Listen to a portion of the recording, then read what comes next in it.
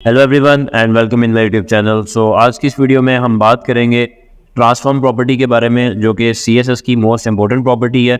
And इस property का use करते हुए हम किसी भी डिव को या किसी भी एलिमेंट को एक जगह से दूसरी जगह ट्रांसलेट कर सकते हैं या हम उसको मूव करवा सकते हैं। एंड इसी तरीके से हम उसको अगर स्केल करना चाहते हैं तो हम उसको स्केल कर सकते हैं, हम उसका साइज़ इंक्रीज़ या डिक्रीज़ कर सकते हैं। एंड इसी तरीके से हम अगर उसको स्क्यू करना चाहते हैं या हम उसको रोटेट करना चाहते हैं तो ये सब इफ़ेक्ट्स हम ट्रांसफॉर्म प्रॉपर्टी के थ्रू अप्लाई कर सकते हैं।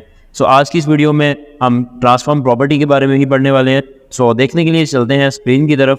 So let's have a look on my screen and let's begin.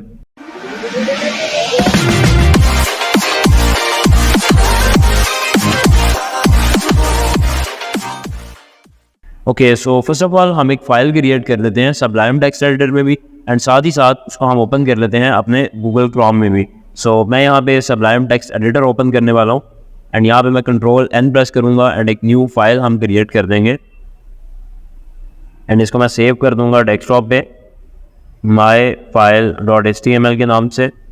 And यहाँ पे हम ऐसा करते हैं कि HTML का जो बेसिक सिंटैक्स है वो लिख देते हैं। एंड यहाँ पे मैं आज का जो टॉपिक है हमारा वो लिखने वाला हूँ ट्रांसफॉर्म्स इन CSS। एंड यहाँ पे मैं एक लिख देता हूँ 2D एंड 3D, क्योंकि ट्रांसफॉर्म की बेसिकली दो टाइप्स हैं। फर्स्ट ऑफ ऑल हमारे पास 2D ट्रांसफॉर्म्स आ जाते हैं एंड सेकेंडली हमारे पास 3D ट्रांसफॉर्म्स आ जाते हैं। तो आज हम इन दोनों टाइप्स के बारे में देखने वाले हैं। सो इसी फाइल को मैं ओपन कर लेता हूँ ब्राउज़र में भी। So as you can see कि मैंने यहाँ पे ब्राउज़र में भी इसको ओपन कर लिया एंड चूँकि अभी हमने सिर्फ HTML का जो बेसिक सिंटैक्स है वो ऐड किया है, इसीलिए यहाँ पे कुछ भी डिस्प्ले नहीं हो रहा। तो मैं आपके लिए क्या करने वाला हूँ, बॉडी में आऊँगा एंड यहाँ पे आके मैं एक डिव डिफाइन कर लेता हूँ, डिव, और इसको एक क्लास दे देते हैं मेन के नाम से, या मैं इसको क्लास दे देता हूँ कंटेनर के नाम से। सो मैंने यहाँ पे कंटेनर के नाम से एक डिव क्रिएट कर दी। अब मैं इसके अंदर एक और डिव क्रिएट करने वाला हूँ जिसको मैं एक ID दे दूंगा box1। एंड अभी आप देखेंगे मैं जैसे ही यहाँ पे ब्राउज़र में आके रिफ्रेश करूँगा तो हमें कोई भी यहाँ पे डिव डिस्प्ले नहीं हो रही, बिकॉज ना तो हमने उनकी बैकग्राउंड कलर्स डिफाइन किए हैं, ना ही हमने उसकी विड्थ या हाइट डिफाइन की है। तो मैं अब क्या करने वाला हूँ, मैं यहाँ पे आऊँगा स्टाइल में एंड यहाँ पे आने के बाद लिखूँगा सबसे पहले जो हमारे पास कंटेनर वाली डिव आ रही है उसके ऊपर मैं स्टाइल अप्लाई कर देता हूँ कि इसका जो बेसिकली बैकग्राउंड कलर है वो ग्रे हो जाए। सेव कर रहा हूँ, यहाँ पे आके रिफ्रेश करूँगा तो अभी आप देखेंगे कि यहाँ पे हमें वो डिव डिस्प्ले ही नहीं हो रही। मैं यहाँ पे कुछ पैडिंग ऐड कर लेता हूँ 20 पिक्सल्स की। एंड ना तो हमने उसकी विड्थ और हाइट डिफाइन की है, बट हम करना भी नहीं चाहते, बिकॉज हम ये चाहते हैं कि एक डिव जो है वो बाहर आए एंड एक डिव जो है वो उसके अंदर हो। तो मैंने यहाँ पे इसके ऊपर जस्ट पैडिंग अप्लाई कर दी 20 पिक्सल्स की। अब मैं क्या करने वाला हूँ कि जो हमारी box1 वाली डिव है उसका स्टाइल अप्लाई करने लगा हूँ। तो मैं यहाँ पे लिखूँगा डिव हैश, बिकॉज हम यहाँ पे ID यूज़ कर रहे हैं box1 के लिए, तो मैं यहाँ पे लिखूँगा box1। अब जो ID है हमारे पास box1, इस डिव के ऊपर हमने क्या अप्लाई करना है एग्जैक्टली, तो हमें यहाँ पे इसका जो बैकग्राउंड कलर है वो येलो कर देना है एंड इसकी जो विड्थ है वो 100 पिक्सल्स कर देनी है एंड जो हाइट है वो भी 100 पिक्सल्स कर देनी है। सो सेव करता हूँ, यहाँ पे आऊँगा एंड आने के बाद मैं यहाँ पे रिफ्रेश करूँगा। सो अब आप देख सकते हैं कि जो बाहर वाली डिव थी कंटेनर वाली उसमें कुछ पैडिंग है, जिसकी वजह से जो येलो वाली डिव है उसके ऊपर एंड तमाम साइड्स के ऊपर थोड़ी थोड़ी स्पेस मौजूद है। लेकिन अगर आप ये देखें तो कंटेनर वाली जो डिव है वो पूरी की पूरी विड्थ कवर कर रही है, जबकि मुझे इसको यहीं पे ख़त्म करना है। तो मैं इसको एग्जैक्टली वही विड्थ एंड हाइट डिफाइन कर देता हूँ जो मैंने box1 पे की। तो सिंपली हम यहाँ से ये विड्थ एंड हाइट को कॉपी करने वाले हैं एंड कॉपी करने के बाद यहाँ पे आके मैं इसको पेस्ट कर दूंगा। देन मैं इसको सेव करूँगा, यहाँ पे आके रिफ्रेश करूँगा। देन यू विल सी कि अभी जितनी विड्थ एंड हाइट हमारे box1 वाली डिव के ऊपर अप्लाई हो रही है, सेम वही विड्थ एंड हाइट कंटेनर के ऊपर अप्लाई हो रही है। जस्ट डिफरेंस ये है कि हमने वहाँ पे कुछ पैडिंग ऐड कर दी। तो अब हम बात कर लेते हैं ट्रांसफॉर्म के बारे में। सो जस्ट लाइक मैंने आपको बताया कि ट्रांसफॉर्म प्रॉपर्टी जो है उसमें हमारे पास 4 डिफरेंट वेरिएंट्स आ जाते हैं। तो फर्स्ट ऑफ ऑल तो ये कि हम किसी भी डिव को अगर एक ही जगह पे रोटेट करवाना चाहते हैं x एक्सिस से, y एक्सिस से या z एक्सिस से, तो वो हम करवा सकते हैं। या उसके अलावा अगर हम उसको मूव करवाना चाहते हैं, फ़र्ज़ करें अभी हमारी डिव यहाँ पे है, मैं चाहता हूँ कि ये यहाँ पे आ जाए, तो उसके लिए हम इसको मूव करवाएंगे तो वो भी हम ट्रांसफॉर्म प्रॉपर्टी के थ्रू करवा सकते हैं। अगर हम इसको स्केल करना चाहते हैं, मतलब इसके अंदर जो टेक्स्ट लिखा हुआ है या जो पूरी डिव है, अगर हम उसकी विड्थ या हाइट डिफाइन करते हैं वो तो जस्ट डिव के ऊपर अप्लाई करता है, लेकिन मैं ये चाहता हूँ कि div as a box react करे एंड जब भी हम उसको खींचें और उसको बड़ा करें वो वाला इफेक्ट यहाँ पे अप्लाई हो। तो उसके लिए हम सिंपली स्केल कर सकते हैं एंड इसी तरह से हम उसको स्क्यू कर सकते हैं अगर हम उसको थोड़ा बहुत तिरछा करना चाहते हैं। तो अब मैं इसके लिए क्या करूँगा, हम इसके लिए एग्जांपल्स देख लेते हैं। एंड मैंने यहाँ पे ऑलरेडी एक फ़ाइल क्रिएट की है जिसमें इसके जितने भी फंक्शंस हैं जो हम ट्रांसफॉर्म की प्रॉपर्टी में यूज़ करते हैं वो मैं यहाँ पे नोट कर चुका हूँ। सो यू कैन सी कि फर्स्ट ऑफ ऑल हमारे पास जो ऑप्शन आ जाती है वो है रोटेट की। तो हम ऐसा करेंगे कि 1 बाय 1 इन तमाम फंक्शंस को डिस्कस करते हैं एंड इससे हमें 3D एंड 2D ट्रांसफॉर्मेशन का भी पता लग जाएगा एंड साथ ही साथ हम इन पे देख लेंगे कि वर्किंग भी हम किस तरह से कर सकते हैं। तो फर्स्ट ऑफ ऑल चूँकि हमारे पास यहाँ पे रोटेट लिखा आ रहा है तो मैं यहाँ पे रोटेट की बात कर लेता हूँ। तो रोटेट का मतलब क्या है कि एक आपकी ये डिव है जहाँ पे भी है यहाँ पे ही रहेगी, लेकिन ये एक्स एक्सिस के गिर्द रोटेट करेगी या ये वाई एक्सिस के गिर्द रोटेट करेगी, तो उस चीज़ को हम रोटेशन बोलते हैं। तो मैं अगर यहाँ पे आता हूँ एंड यहाँ पे आने के बाद चूँकि हमें बॉक्स 1 के ऊपर अप्लाई करना है जो हमारे पास येलो डिव है उसके ऊपर, तो मैं यहाँ पे बॉक्स 1 में आ जाऊँगा एंड यहाँ पे आके लिखूँगा ट्रांसफॉर्म लिखने के बाद मुझे यहाँ पे इसकी मुझे इधर डिफाइन करना होगा कि मैं इसको मूव करवाना चाहता हूँ, रोटेट करवाना चाहता हूँ या क्या करवाना चाहता हूँ। तो just like you can see कि अभी हम बात कर रहे हैं रोटेट की, तो मैं यहाँ पे यूज़ करूँगा रोटेट। तो मैं यहाँ पे सिंपली रोटेट लिखने वाला हूँ। तो रोटेट का जो फंक्शन है हमारे पास, इसमें हम जस्ट इसकी वैल्यू डिफाइन करते हैं कि हमें किस एंगल के ऊपर इसको रोटेट करवाना है या कितने डिग्री स्पेस को रोटेट करवाना है।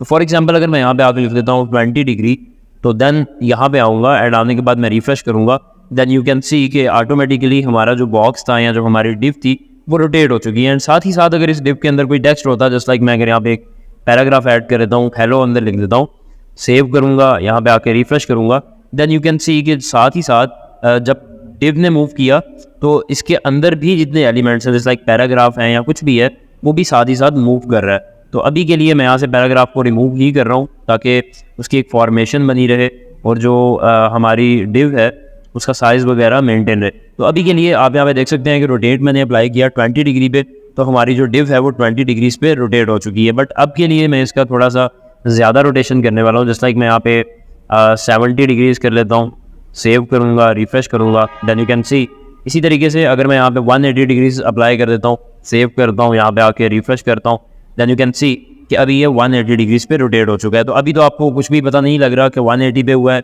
या 0 डिग्री पे है। जैसे कि अगर मैं इसको 0 पे करता हूँ तो फिर भी सेम वैल्यू आएगी, अगर मैं इसको 180 पे करता हूँ फिर भी ये सेम तरीके से वहाँ पे हमें डिस्प्ले होगा। तो ये आपको पता क्यों नहीं लग रहा? उसकी रीज़न ये है कि जब भी ये मतलब डिव रोटेट होके सेम उसी पोजीशन में आ रही है तो हमें इस चीज़ का आइडिया नहीं हो रहा। तो मैं सिंपली इसके अंदर दोबारा से एक पैराग्राफ ऐड करने वाला हूँ just for the sake of learning and आपको पता लग जाएगा कि ये रोटेशन वाकई में हो रही है। तो अब आप देख सकते हैं कि जब भी मैंने इसको 180 डिग्रीज पे रोटेट किया तो ऑटोमेटिकली जो हेलो है वो नीचे से स्टार्ट हो चुका है। जबकि अगर मैं इसको 0 डिग्रीज पे ले जाता हूँ, सेव करता हूँ, यहाँ पे आके रिफ्रेश करूँगा, देन यू कैन सी कि अभी हेलो जो है वो यहाँ पे आ रहा है।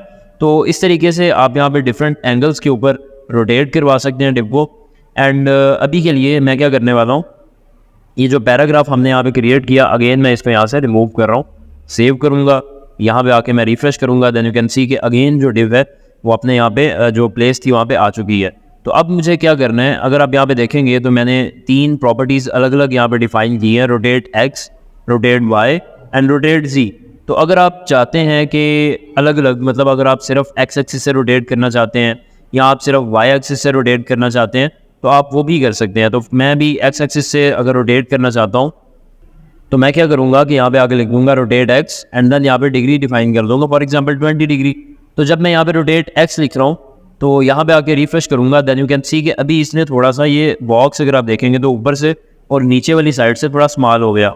इसी तरह अगर मैं इसमें थोड़ा ज़्यादा कर देता हूँ, 60 डिग्रीज कर देता हूँ, सेव करता हूँ, यहाँ पे आके रिफ्रेश करता हूँ, तो आप देख रहे हैं कि जब भी मैं इसको जितनी मैं डिग्री ज़्यादा करता जा रहा हूँ, जैसे लाइक मैं यहाँ पे 70 डिग्री कर दूँगा, जितना एंगल मैं इसका बढ़ा रहा हूँ उतना इसका साइज़ छोटा होता जा रहा है। जबकि एक्चुअल में ये छोटा नहीं हो रहा, इसमें हो एक्चुअल में क्या रहा है कि ये बेसिकली एक्स एक्सिस के गिर्द रोटेट कर रहा है। जस्ट लाइक अगर मैं आपको यहाँ पे समझाने के लिए पेंट में ले चलता हूँ, सो फर्ज करें कि ये हमारा एक्स एक्सिस है, सो ये बेसिकली इस तरीके से रोटेट कर रहा है कि ये मतलब अंदर की साइड पे जो है वो उसको लेके जा रहा है। इसीलिए अगर हम यहाँ पे आके इसका एंगल बढ़ाते जाएंगे, जस्ट लाइक मैं इसको 90 डिग्रीज पे कर देता हूँ, तो अब आप देखेंगे कि ये बिल्कुल ही शो नहीं होगा। और उसकी रीज़न क्या है कि 90 डिग्री पे चूँकि वो बिल्कुल सीधा हो चुका है एंड एक्स एक्सिस के जो है वो गियर बिल्कुल सीधा हो चुका है, इसलिए हमें वो नज़र नहीं आ रहा। जबकि अगर मैं इसका थोड़ा सा भी एंगल और इंक्रीज़ करता हूँ, जस्ट लाइक 100 डिग्रीज़ कर देता हूँ, तो ये ऑटोमेटिकली अब दोबारा से हमें शो होने लग पड़ेगा और ये नीचे आ जाएगा। बट अभी आप देख सकते हैं कि हमें इतनी फॉर्मेशन पता नहीं लग रहा। तो मैं इसके लिए क्या करता हूँ, मैं इसके लिए एक एग्जांपल के लिए आपको हम ऐसा करते हैं, यहाँ से ट्रांसफॉर्म जो है ना ख़त्म कर देते हैं। यहाँ पे एक डिव बनाऊंगा, मैं यहाँ पे लिखूंगा डिव बॉक्स 1। इस पे जब होवर होगा तो हम ऐसा करने वाले हैं कि जो ट्रांसफॉर्म है वो तभी अप्लाई हो जब बॉक्स 1 के ऊपर कोई बंदा माउस लेके जाएगा या उस पर होवर होगा। तो अब मैं यहाँ पे क्या करने वाला हूँ, यहाँ पे मैं लिखूंगा ट्रांसफॉर्म कर दो। अब ट्रांसफॉर्म में क्या करना है कि रोटेट करो, रोटेट एक्स, मतलब एक्स एक्सिस के गिर्द रोटेट करो। और यहाँ पे जस्ट लाइक आप देख सकते हैं कि हमने 180 डिग्री लिखा था, तो मैं यहाँ पे भी 180 या 100 डिग्री आई थिंक हमने लिखा था, मैं 100 डिग्री लिखने वाला हूँ। सेव करने के बाद मैं यहाँ पे रिफ्रेश करूँगा। सो जैसे ही मैं माउस इस पर लेके जा रहा हूँ तो आप देख रहे हैं कि उसका साइज़ जो है वो छोटा हो रहा है, लेकिन स्टिल आपको वो फील नहीं आ रही कि ये 3D कुछ मूव हो रहा है या एक्स एक्सिस गियर जो है वो रोटेट हो रहा है या इसका साइज़ छोटा हो रहा है। तो इसके लिए अब आप क्या करेंगे, मैं उसके लिए एक और यहाँ पे बॉक्स क्रिएट करने वाला हूँ। सो इसी कंटेनर को मैं यहाँ से कॉपी कर लेता हूँ। कॉपी करने के बाद नीचे आके पेस्ट कर देता हूँ एंड ये जो बॉक्स 1 है इसको मैं अभी अब की बार कर दूंगा बॉक्स 2। सो अब क्या होने वाला है कि मैंने यहाँ पे बॉक्स 2 कर दिया, जबकि बॉक्स 1 की स्टाइलिंग भी मुझे कॉपी करना है। तो मैं यहाँ पे ये सारा कुछ कॉपी करूँगा, कॉपी करके यहाँ पे आके पेस्ट कर दूंगा। तो अभी आप देखेंगे कि दोनों बॉक्सेस के ऊपर सेम ही इफेक्ट अप्लाई होने वाला है, कुछ भी डिफरेंस नहीं होगा। So just like you can see कि अगर मैं इस पर भी लेके जा रहा हूँ तो इसी तरह से है, और इस पर लेके जा रहा हूँ तो फिर भी इसी तरह से है। हम ऐसा करते हैं कि जो कंटेनर है इसको थोड़ा मार्जिन दे देते हैं टॉप से, मार्जिन टॉप से, मार्जिन टॉप 30 पिक्सल सेव।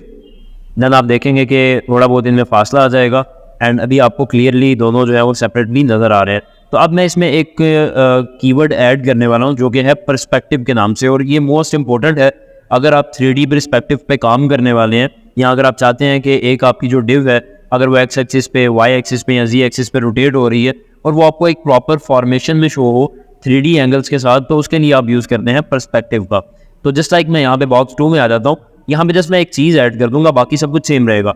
मैं यहाँ पे ऐड करने वाला हूँ पर्सपेक्टिव एंड यहाँ पे आके उसका पर्सपेक्टिव के अंदर कुछ डिफाइन कर दूंगा। जस्ट लाइक मैं यहाँ पे 500 पिक्सल्स लिख देता हूँ या मैं 800 पिक्सल लिख देता हूँ। जितने भी पिक्सल्स आप डिफाइन करना चाहते हैं वो आप यहाँ पे लिख सकते हैं। ये हम किस लिए यूज़ करते हैं इसके बारे में मैं अभी आपको बता देता हूँ, बट अभी के लिए मैं इसको सेव करूँगा, यहाँ पे आके मैं रिफ्रेश करूँगा। सो अभी बाकी आपने देखा सब कोड सेम है, हर चीज़ सेम हमने लिखी, पहले बॉक्स में भी और दूसरे बॉक्स में भी। जब आप इस चीज़ को रोटेट कर रहे हैं, जो पहला बॉक्स है इस पर भी हमने एक्स एक्सिस से इसको हमने रखा था 100 डिग्रीज पे मूव करेगा, और जो बॉक्स 2 है उसको भी हमने रखा कि 100 डिग्रीज पे मूव करेगा। लेकिन जब हमने इस पे चूंकि पर्सपेक्टिव अप्लाई किया तो अब आप देख सकते हैं कि ये 100 पिक्सल्स पे मूव तो कर रहा है, लेकिन ये बिल्कुल सीधा सीधा आपको यहाँ पे शो कर रहा है। जबकि यहाँ पे अगर आप देखेंगे तो ये थोड़ी बहुत यहाँ पे फॉर्मेशन एक क्रिएट कर रहा है। जस्ट लाइक अगर मैं इसको थोड़ा कम कर देता हूँ, यहाँ पे आके मैं इसको 20 डिग्रीज पे रोटेट करवाता हूँ, save, then you will see I think कि मुझे यहाँ पे 60 पे करना चाहिए ताकि थोड़ा सा आपको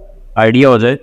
सो यू कैन सी कि अभी अगर मैं इसको 60 डिग्रीज पे रोटेट करवा रहा हूँ तो ये कुछ इस तरीके से शो कर रहा है। लेकिन अगर मैं यहाँ पे आके इसको रोटेट करवाता हूँ 60 डिग्रीज पे, रिफ्रेश, अब आप देखेंगे इसमें आपको बिल्कुल भी पता नहीं लग रहा, बिल्कुल इसके बॉर्डर सीधे हैं और जस्ट आपको यही लग रहा है कि इसका साइज़ छोटा हो रहा है, जबकि पर्सपेक्टिव के साथ वो बाकायदा आपको एक एंगल डिस्प्ले कर रहा है। तो ये फ़ायदा है पर्सपेक्टिव यूज़ करने का।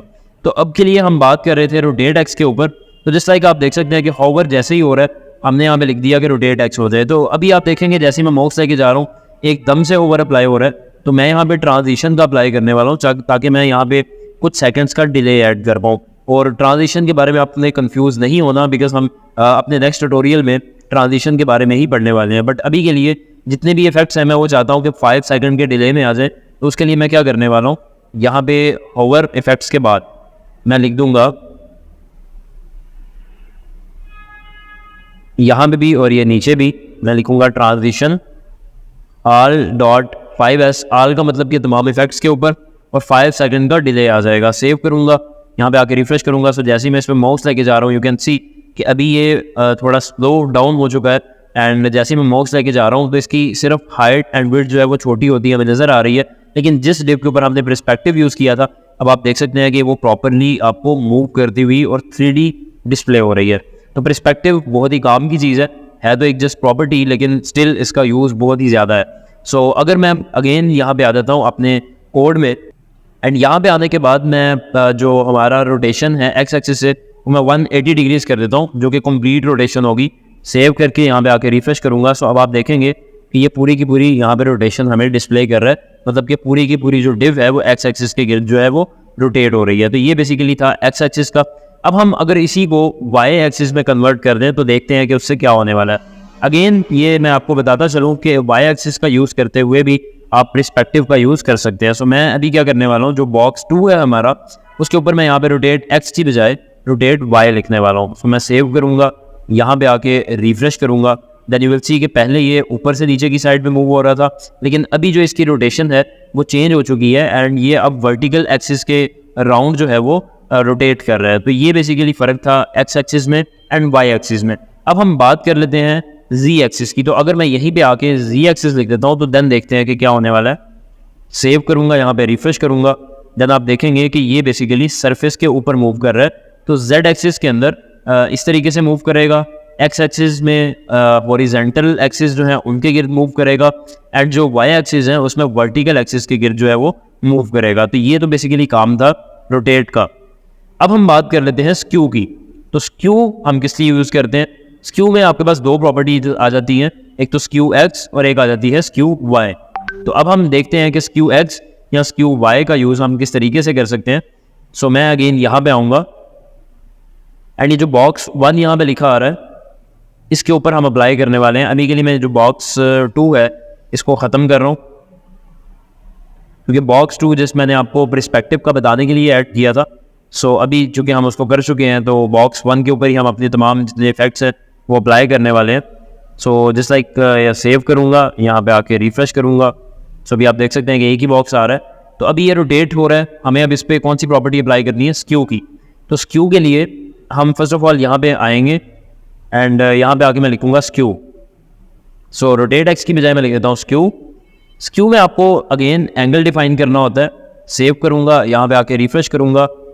सो आप यहाँ पे देख सकते हैं कि जैसे ही मैंने यहाँ पे एंगल डिफाइन किया और जैसे ही, क्योंकि हमने यहाँ पे होवर इफेक्ट अप्लाई किया हुआ है, तो जैसे ही मैं इसके ऊपर माउस लेके जा रहा हूँ तो ऑटोमेटिकली ये स्क्यू कर रहा है। तो मैं ऐसा करता हूँ कि होवर की बजाय होवर इफेक्ट ख़त्म कर लेता हूँ एंड इसको मैं ऊपर ले जाता हूँ यहाँ पे स्क्यू वाले ऑप्शन को बॉक्स 1 के अंदर बाय डिफ़ॉल्ट। अब आप देखेंगे कि इस तरीके से ये स्क्यू हो चुका है। तो मैंने यहाँ पे एंगल दिया था 60 डिग्रीज़ का, अगर मैं यहाँ पे 20 डिग्रीज़ का एंगल देता हूँ तो ये 20 डिग्रीज़ पे स्क्यू होगा। तो इस तरीके से आप यहाँ पे एंगल्स डिफाइन कर सकते हैं। आप इसकी वैल्यूज़ माइनस में भी दे सकते हैं। जैसे कि अगर मैं यहाँ पे -20 डिग्री लिख देता हूँ तो ये जो जिस तरीके से हो रहा था उसका बिल्कुल इन्वर्स हो जाएगा या उसका उल्ट हो जाएगा। तो अभी के लिए आपने यहाँ पे देखा मैंने दो चीज़ें लिखी हुई हैं, स्क्यू एक्स और स्क्यू वाई। तो अगर आप सिर्फ और सिर्फ एक्स एक्सिस के थ्रू स्क्यू करना चाहते हैं तो आप स्क्यू एक्स का यूज़ करेंगे, एंड अगर आप सिर्फ वाई एक्सिस से स्क्यू करना चाहते हैं तो आप स्क्यू वाई का यूज़ भी कर सकते हैं। तो मैं क्या करने वाला हूँ, यहाँ पे आके लिखूँगा स्क्यू एक्स 20 डिग्री। तो अब आप देखेंगे कि अभी इस तरीके से अप्लाई कर रहा है। बट अगर मैं यहाँ पे लिखने वाला हूँ स्क्यू वाई, सेव करूँगा, यहाँ पे आके रिफ्रेश करूँगा, तो अब आप देखेंगे कि ये वाई एक्सिस के इर्द गिर्द जो है वो रोटेट करवा रहा है उसको, या उसको स्क्यू कर रहा है। तो अगर मैं यहाँ पे आके लिख देता हूँ फॉर एग्जांपल 60 डिग्रीज, सेव करने वाला हूँ, यहाँ पे आके रिफ्रेश करूँगा, देन यू कैन सी कि अभी ये इस तरीके से 60 डिग्री पे एक्स एक्सिस के हिसाब से जो है वो एडजस्ट कर चुका है। तो ये तरीका था स्क्यू ऐड करने का। अब हम बात कर लेते हैं स्केल की।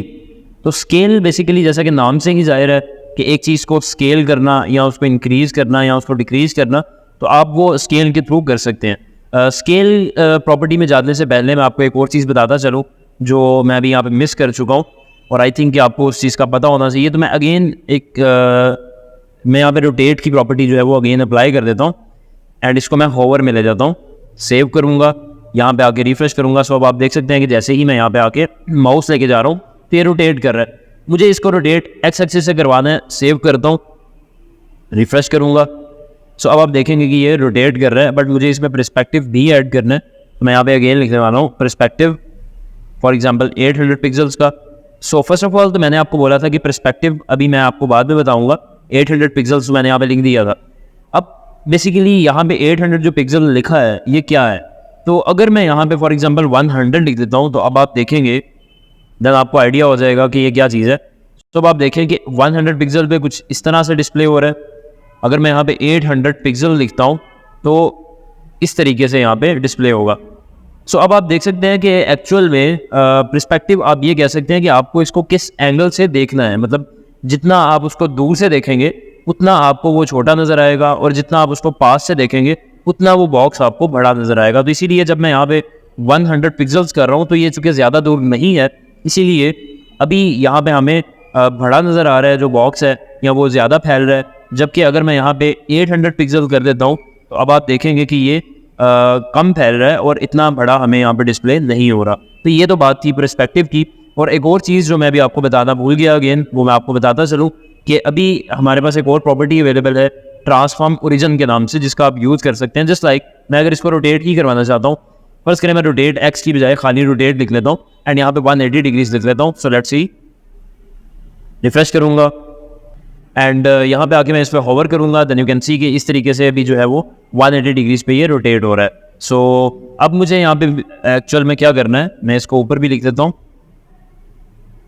सो अभी आप देख सकते हैं कि 180 डिग्रीज पे ये रोटेट हो रहा है, लेकिन मैं ये चाहता हूँ कि जो रोटेशन है अभी इसकी सेंटर के इर्द गिर्द से हो रही है, मैं इसका ओरिजिन चेंज करना चाहता हूँ। मैं ये चाहता हूँ कि जो बॉटम राइट साइड है यहाँ से इस पर्सपेक्टिव से वो एक्स एक्सिस पे या वाई एक्सिस पे या जहाँ भी मैं रोटेट करता हूँ, जिस भी एक्सिस के राउंड अबाउट, वो अपना जो पिन पॉइंट है वो इस लोकेशन को बनाए। तो उसके लिए मुझे क्या करना होगा, मुझे यहाँ पे आके ट्रांसफॉर्म ओरिजिन डिफाइन करना होगा। तो मैं यहाँ पे लिखूंगा ट्रांसफॉर्म ओरिजिन बाय डिफॉल्ट जो कि सेंटर में है। तो अगर मैं यहाँ पे सेंटर लिखूंगा तो कुछ भी इफेक्ट नहीं होने वाला, जस्ट लाइक यू कैन सी।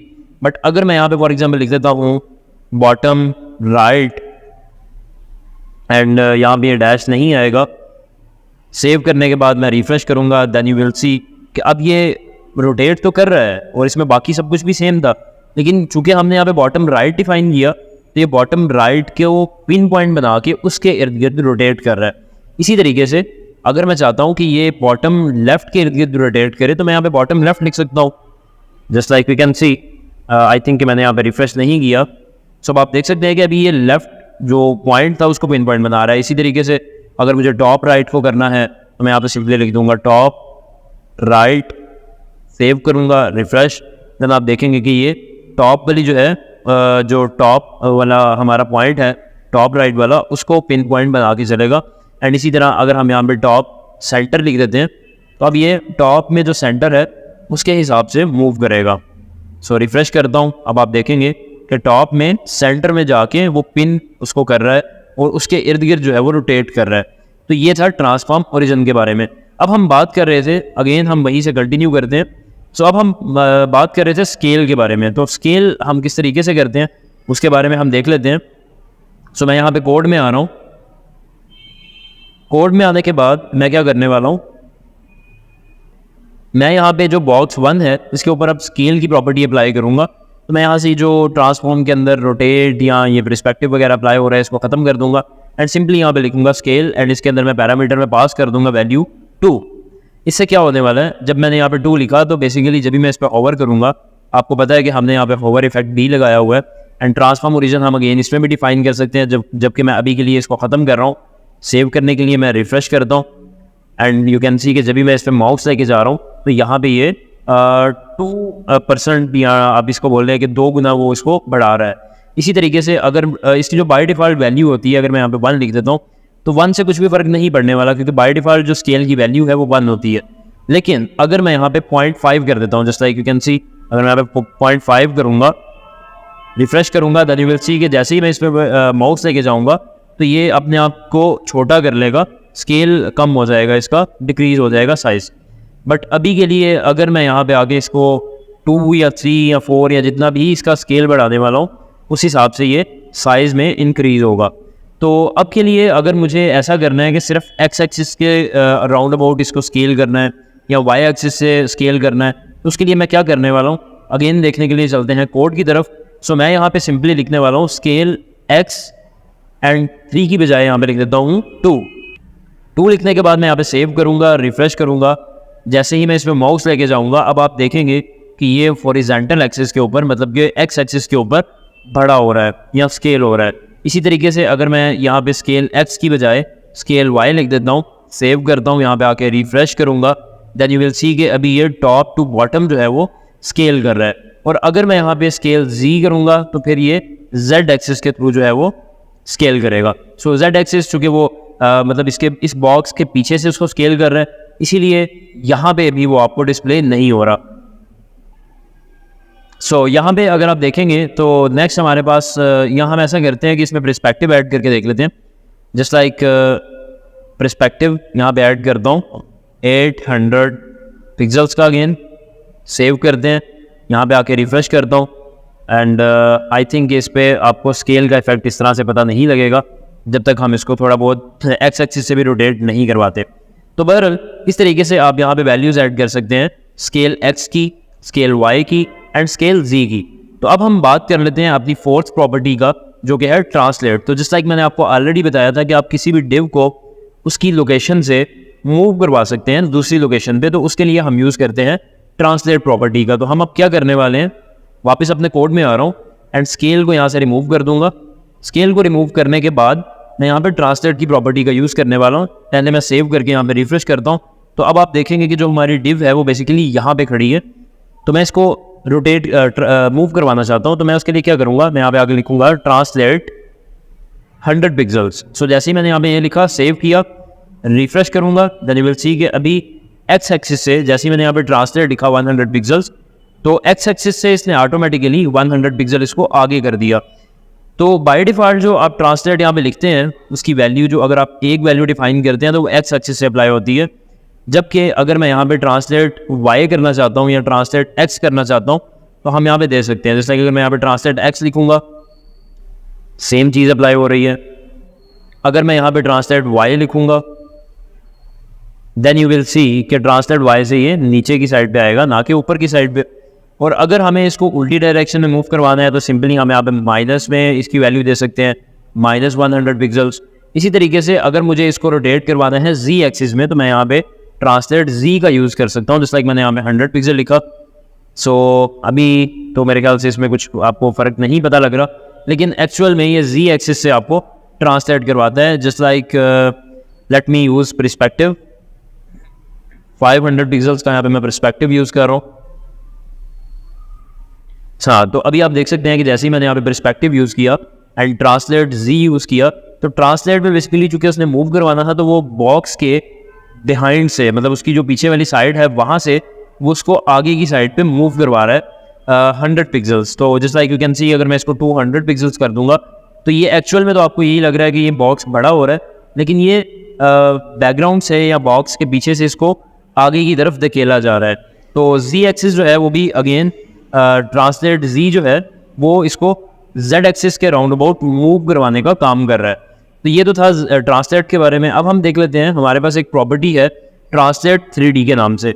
अब ये ट्रांसलेट 3D बेसिकली क्या है, ट्रांसलेट 3D। सो इसमें हम बेसिकली 3 वैल्यूज़ डिफाइन करते हैं। सो जो फर्स्ट वैल्यू होती है वो एक्स एक्सिस को पॉइंट कर रही होती है, जो सेकंड वैल्यू होती है वो जी एक्सिस वाई एक्सिस को, एंड जो थर्ड वैल्यू है वो जी एक्सिस की होती है। तो X Y and Z axis की जो वैल्यूज़ हैं वो आप इसके अंदर इकट्ठी एक ही दफ़ा अप्लाई कर सकते हैं। जस्ट लाइक अगर आप चाहते हैं कि आप तीनों एंगल्स से डिफाइन करें तो आप यहाँ पे लिख सकते हैं। जैसे लाइक मैं यहाँ पे चाहता हूँ कि 100 पिक्सल्स जो है वो एक्स एक्सिस से मूव करे, मतलब राइट साइड पे चला जाए इतना। फिर उसके बाद मैं चाहता हूँ कि थोड़ा सा नीचे आ जाए, 50 पिक्सल्स नीचे आ जाए। एंड जी एक्सिस से जब हम मूव करेंगे तो ये थोड़ा सा पीछे की साइड से आगे को आएगा, जिससे हमें ये थोड़ा बड़ा होता हुआ फील होगा। तो मैं चाहता हूँ कि 100 पिक्सल ये थोड़ा आगे को आ जाए। तो यू विल सी, अब एक्स एक्सिस से इसने 100 पिक्सल मूव किया, वाई एक्सिस से भी मूव किया, एंड अगर मैं 100 की बजाय इसको 200 कर देता हूँ, then you will see I think हमने यहाँ पे पर्सपेक्टिव को ऑफ कर दिया। So let me also add perspective. इसको अगेन हमने ऑलरेडी 500 पिक्सल का ऐड किया था, तो मैं इसको सेम कर लेता हूँ। सो आप देख सकते हैं कि जब भी मैं इसको लेके आ रहा हूँ तो एक्स एक्सिस पे भी मूव कर रहा है, वाई पे भी कर रहा है, एंड अगेन जी एक्सिस से भी ये थोड़ा सा आगे को मूव कर रहा है, तकरीबन 200 पिक्सल्स जो हमने यहाँ पे डिफाइन किए हुए हैं।